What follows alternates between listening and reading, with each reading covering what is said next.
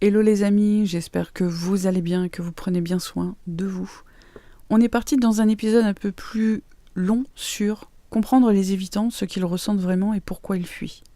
Il y a quelque chose de profondément déroutant avec les personnes évitantes.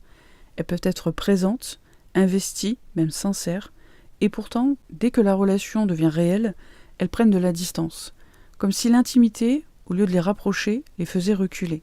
Et quand on vit ça, on a tendance à tout remettre en question. On se demande ce qu'on a fait, ce qu'on a dit, ce qu'on aurait dû faire différemment. Mais pour comprendre un évitant, il faut changer de grille de lecture. On n'est pas face à quelqu'un qui ne ressent rien. On est face à quelqu'un qui a appris à se protéger du lien.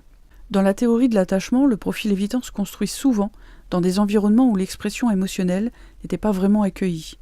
L'enfant comprend très tôt que pour ne pas être rejeté ou ignoré, il doit devenir autonome. Ne pas trop demander, ne pas trop montrer. Et ce mécanisme, il ne disparaît pas à l'âge adulte. Il devient une façon d'être en relation. Un évitant peut ressentir des choses très profondes, mais il va avoir du mal à rester dans cette proximité.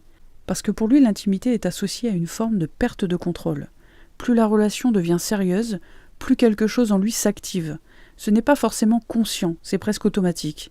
Il peut commencer à prendre de la distance, à répondre moins, à se refermer, pas parce que l'autre ne compte pas, mais parce que ça devient trop pour lui.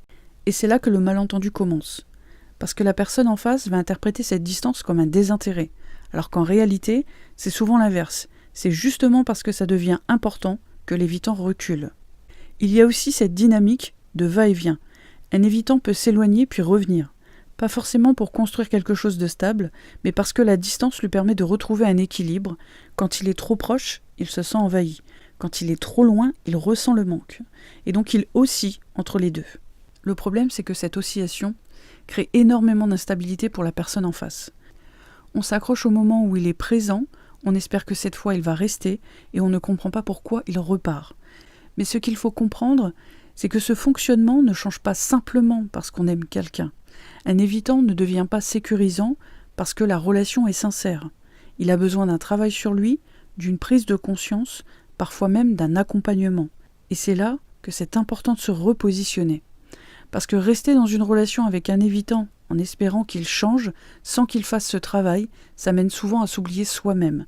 On commence à s'adapter, à prendre moins de place, à éviter certains sujets juste pour ne pas le faire fuir. Mais à force, on ne construit plus une relation. On s'ajuste à un système qui ne nous nourrit pas.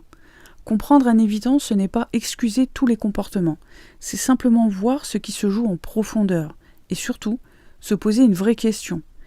Est-ce que cette personne est capable de construire quelque chose de stable maintenant ? Pas dans le potentiel, pas dans ce qu'elle pourrait devenir, mais dans la réalité.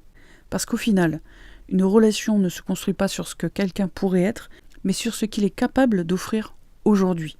Voilà les amis, j'espère que ce podcast vous aura plu. N'hésitez pas à le partager à quelqu'un qui pourrait avoir besoin de l'entendre. Je vous fais des gros bisous, prenez bien soin de vous et je vous dis à bientôt.